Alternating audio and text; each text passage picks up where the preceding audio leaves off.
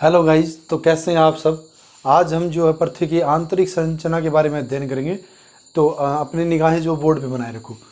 जो पृथ्वी की आंतरिक संरचना से संबंधित जो भी टॉपिक है, उस टॉपिक में से मैं आपको बताने जा रहा हूँ।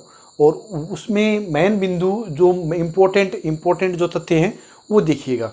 और जो अपने कंपटीशन एग्जाम में आते हैं और जो क्वेश्चन आते हैं वो उसके हिसाब से मैं आपको कराऊंगा। तो आप इस क्लास को पूरा देखोगे तभी आपको समझ में आएगा। बीच बीच में से आप उठा के देखोगे तो आपको कुछ पल्ले नहीं पड़ने वाला। अब देखो, यदि मैं बात करूं पृथ्वी की आंतरिक संरचना की, तो सबसे पहले किसने बताया था कि पृथ्वी क्या है, गोल है। तो सबसे पहले बताया था पाइथागोरस ने। सबसे पहले पृथ्वी गोल है ये पाइथागोरस ने बताया था। अब देखो, उसने बताया था कि पृथ्वी क्या है, गोल है और ये है आकाश में लटकी हुई है। ओके, या आगे देखिएगा। आगे मैं बात करूं इसके विस्तार की, तो वो देखो, जैसा कि आपने पढ़ा भी होगा और आपने सुना भी होगा और अभी अलग अलग यूट्यूब चैनलों पे देखा भी होगा।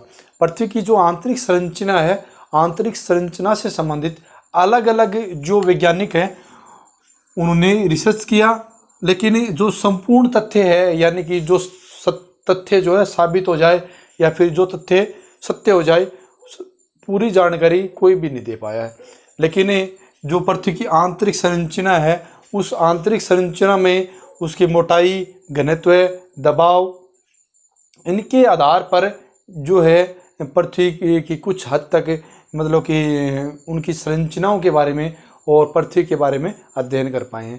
यानी कि पृथ्वी के घनत्व, दबाव, तापमान के आधार पर, उनको आधार मानकर, यानी कि पृथ्वी में ये क्या है, पदार्थ है। ठीक है, हाँ जी, इन पदार्थों के आधार पर जो है पृथ्वी का विस्तार किया गया। अब देखो, मैं आपको इसको डिटेल में बताता हूँ। देखिएगा, पृथ्वी की आंतरिक संरचना,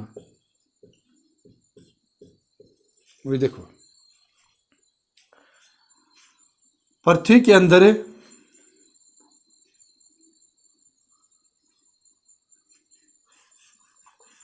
पाए जाने वाले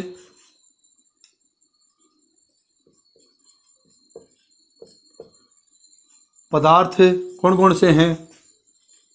तापमान, घनत्व, दबाव, ये क्या है, पदार्थ है।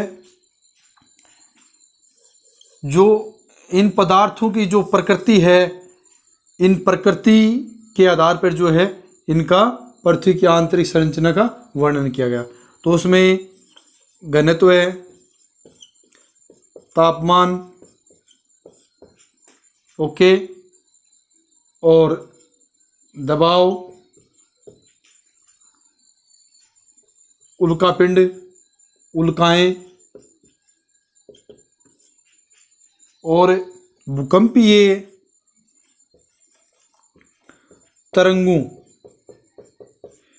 के परिणाम, यानी उन्होंने इनका अध्ययन किया। घनत्व, तापमान, दबाव, उल्काएं और भूकंपीय तरंगों का अध्ययन किया, और उससे जो परिणाम प्राप्त हुआ, उन परिणामों के आधार पर जो है पृथ्वी की आंतरिक संरचनाओं को, जो आंतरिक संरचना है उसको 3 भागों में बांटा। और 3 भाग कौन कौन से हैं वो देखो। इन्होंने बताया कि पृथ्वी की जो आंतरिक संरचना है वो 3 भागों में हम विभक्त कर सकते हैं। और 3 भाग कौन कौन से हैं, लेकिन मैं आपको बता दूं, ये क्या है, पृथ्वी की आंतरिक संरचना के बारे में इन तथ्यों के आधार पर गणना की जाती है, ना कि सत्यता की ये साबित कर पाता है। ओके, या अब देखो, इन्होंने जो इन परिणामों के आधार पर पृथ्वी की आंतरिक संरचना का वर्णन किया है। तो पृथ्वी की आंतरिक संरचना में सबसे पहला पॉइंट क्या है, भूप्रपट्टी। क्या, भूप्रपट्टी। अब जैसा कि इसके नाम से विदित हो रहा है, भूप्रपट्टी यानी भूमि के ऊपर एक पट्टी। ठीक है, या अब देखो ये जो भूपर पट्टी है, इस भूपर पट्टी की मैं बात करूं जिस पर मानव निवास करता है, यानी मानव जिस जमीन पर घर बनाता है वो घर भूमि पे बनाता है, और वो भूमि कौन सी है? भूपर पट्टी है। और मैं आगे अगर मैं डिटेल में इसकी बात करूं तो विस्तार की, तो वो देखो सबसे पहली बात क्या है इसमें, इसका क्षेत्र।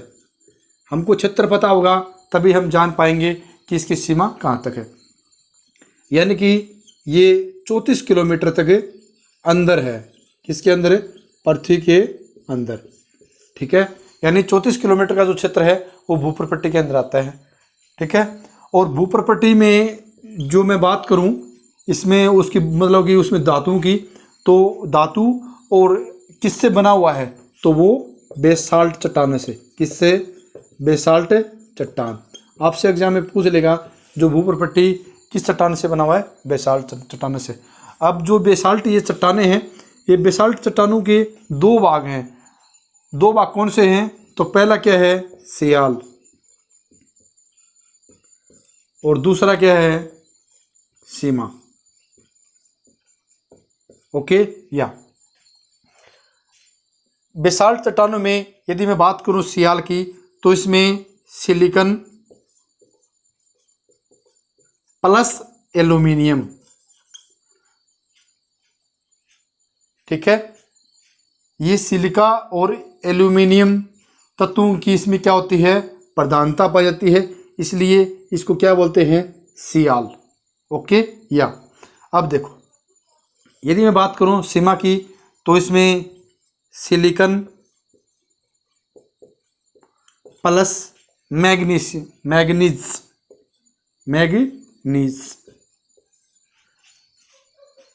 इसमें सिलिकॉन और मैग्नीज जो चट्टानें होती हैं वो जो है भूपर पट्टी के अंदर पाई जाती हैं। और भूपर पट्टी में जो बेसाल्ट चट्टान है, उस बेसाल्ट चट्टान के दो भाग हैं, सियाल और सीमा।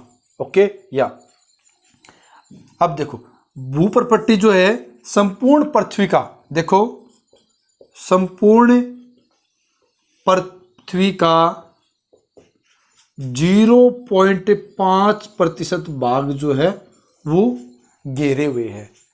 ठीक है, याद रखना जो भूपर पट्टी है ये संपूर्ण पृथ्वी का जो है 0.5% भाग घेरे हुए, यानी इसका मैं बात आयतन कितना है? 0.5%, यानी संपूर्ण पृथ्वी का 0.5% जो है ये आयतन घेरे हुए है। ठीक है, हाँ जी। अब देखो यहां तक समझ में आ गया? यहां तक किसी प्रकार कोई दिक्कत नहीं होनी चाहिए। ठीक है, या आगे देखते हैं। भूपर पट्टी आपको अच्छे से समझ आया है और आना भी चाहिए। इतनी देर से आप वीडियो को ध्यान से देख रहे हो, समझ रहे हो, और किस तरीके से इसका विस्तार किया गया है वो मैंने आपको अच्छे से बताया है। अगर अब भी समझ में नहीं आया है तो कमेंट बॉक्स में अपना सुझाव दें, ताकि मैं आपको और विस्तार से बताने की कोशिश करूं। अब ये जो भूपर पट्टी है, इस भूपर पट्टी में कौन कौन सी सामग्री यानी कौन कौन सी जो तत्व से मिलकर इसका निर्माण हुआ है वो देखो। भूपर पट्टी में सामग्री, अच्छा ये भी पूछ लेता एग्जाम में। इसमें पहली मैं बात करूं तो पहला नंबर किसका है? ऑक्सीजन का। ऑक्सीजन जो है कितना परसेंट है? 46.60%। ओके, या नंबर 2 किसका है? सिलिकॉन का। ठीक है, हाँ जी। नंबर 3 किसका है? एल्यूमिनियम का। किसका? एल्यूमिनियम। 3 नंबर धातु जो है वो एल्यूमिनियम पाया जाता है। और नंबर 4 पे क्या है? लोहा यानी फेरस। और नंबर 5 पे क्या है? कैल्शियम क्या? कैल्शियम। ये अपनी नोटबुक में नोट कर लो। और नंबर 6 पे क्या है? कैल्शियम के बाद में जो धातु पाया जाता है वो क्या है? सल्फर। क्या? सल्फर। नंबर 7 पे क्या है? पोटेशियम। क्या? पोटेशियम। नंबर 8 पे क्या है? क्या है? सल्फर। ओके।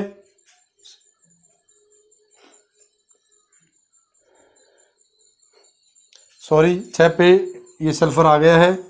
8 पे जो है क्या है?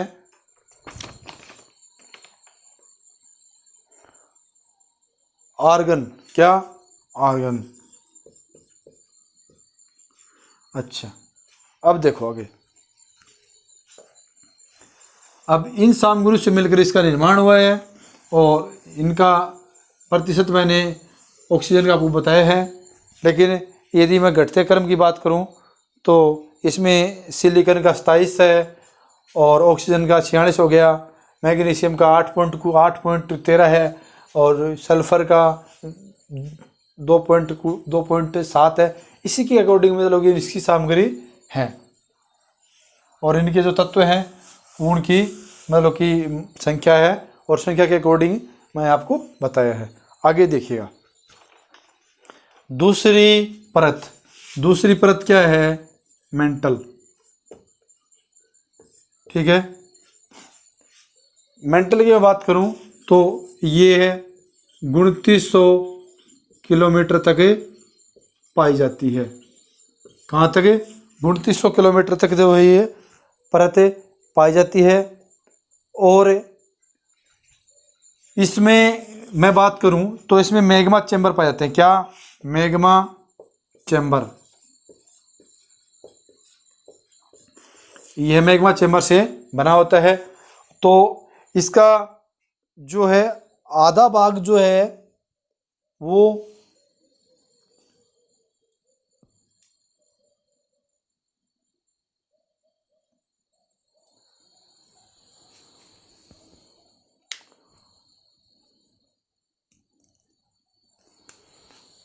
यह है कुल आयतन का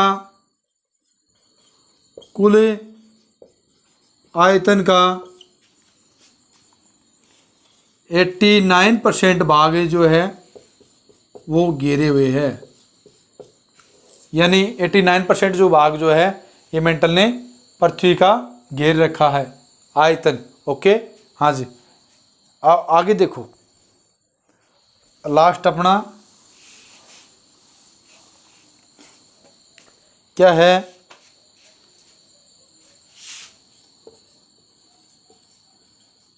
केंद्रीय भाग। क्या? केंद्रीय भाग। जो लास्ट जो अपना है वो क्या है? केंद्रीय भाग। तो केंद्रीय भाग की मैं बात करूं तो केंद्रीय भाग में क्या इंपॉर्टेंट है? केंद्रीय भाग में निकल प्लस फेरस, इन तत्वों की क्या होती है? प्रधानता पाई जाती है।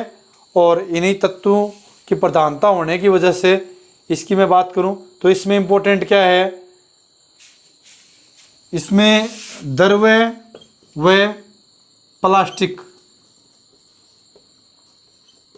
यानी कि इसका अधिकांश भाग जो है वो द्रव्य व प्लास्टिक का है। और इसमें कहने का मतलब इसमें क्या है? लिक्विडीय भाग है ये। ओके, या यदि मैं इसके कुल आयतन की बात करूं तो कुल आयतन कितना है इसका संपूर्ण पृथ्वी का? ये 16% भाग जो है संपूर्ण पृथ्वी का इसने घेर रखा है। ओके, या अब देखो आगे, यदि हमें पृथ्वी के 32 किलोमीटर की गहराई पर हम जाएंगे तो 1 डिग्री सेल्सियस तापमान में क्या होती है? बढ़ोतरी। याद रखना, यदि पृथ्वी की हम गहराई में जाएंगे तो 1 डिग्री टेम्परेचर की बढ़ोतरी होती है। न कि कमी। ओके या आज की वीडियो कैसी लगी बताइएगा ज़रूर। आज हमने क्या पढ़ा, पृथ्वी की आंतरिक संरचना के बारे में पढ़ा। तो वैज्ञानिकों के इसके बारे में जो संपूर्ण तथ्य नहीं है, वैज्ञानिकों की क्या है मतभेद हैं। उन्होंने जो पदार्थ हैं, दबाव, तापमान और घनत्व है, उनकी जो प्रकृति है, उन प्रकृति के आधार पर जैसे तापमान, दबाव और घनत्व और उसका भार, उनके आधार पर जो है पृथ्वी की आंतरिक संरचना का वर्णन किया। और उनको जो परिणाम है उस परिणामों को उन्होंने बेस माना और बेस मान के उन्होंने पृथ्वी की आंतरिक संरचनाओं को 3 भागों में बांटा। तो 3 भाग कौन से हैं वो मैंने आपको बताए हैं। उसमें पहला क्या है, भूप्रपट्टी है, ठीक है। दूसरा क्या है, आवरण है। तीसरा क्या है, केंद्रीय भाग है।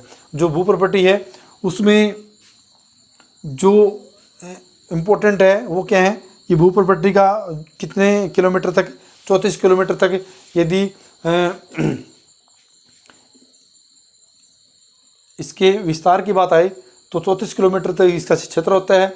और इसमें इम्पोर्टेंट क्या है, इसमें सियाल और सीमा 2 क्या हैं, बेसाल्ट चट्टानें हैं। और उन बेसाल्ट चट्टानों में से किसकी प्रधानता है, मान यानी कि सियाल में सिलिका और एल्यूमिना की, और सीमा में सिलिका और मैग्नीज की, ठीक है। मैग्नीशियम मिल जाएगा लेकिन मैग्नीज होता है उसमें। अब देखो नंबर 2 भाई मैंने आपको क्या बताया, दूसरा भाग आवरण, तो यानी उसका इम्पोर्टेंट और मेन टॉपिक जो मैंने आपको बताया था वो मैंने क्या बताया था, मेंटल बताया था। तो मेंटल में 2900 किलोमीटर की गहराई तक है। और इसमें जो इम्पोर्टेंट है वो क्या है, इसमें आयतन कितना है, संपूर्ण पृथ्वी का आयतन 83% भाग घिरे हुए हैं। और लास्ट कौन सा है, केंद्रीय भाग। केंद्रीय भाग में निकल और फेरस तत्वों की प्रधानता होती है। और इसमें जो द्रव्य हैं प्लास्टिक अवस्था में ये पाए जाते हैं, क्या, निकल और फेरस। ओके या इसमें संपूर्ण पृथ्वी के आयतन की मैं बात करूं तो 16% भाग घेरे हुए हैं। और 32 किलोमीटर की यदि गहराई में हम जाएंगे तो याद रखना 1 डिग्री सेल्सियस तापमान में क्या होगी, बढ़ोतरी होगी। ओके या अब मैं आपको बताता हूँ, तापमान को मापने की इकाई क्या है, थर्मामीटर है, ठीक है। और वायुदाब को मापने की इकाई क्या है, बैरोमीटर है। यदि हम तापमान और वायुदाब को मापते हैं तो हमें जो उसके मापक यंत्र है उनकी आवश्यकता होती है, जैसा कि आपको विदित है।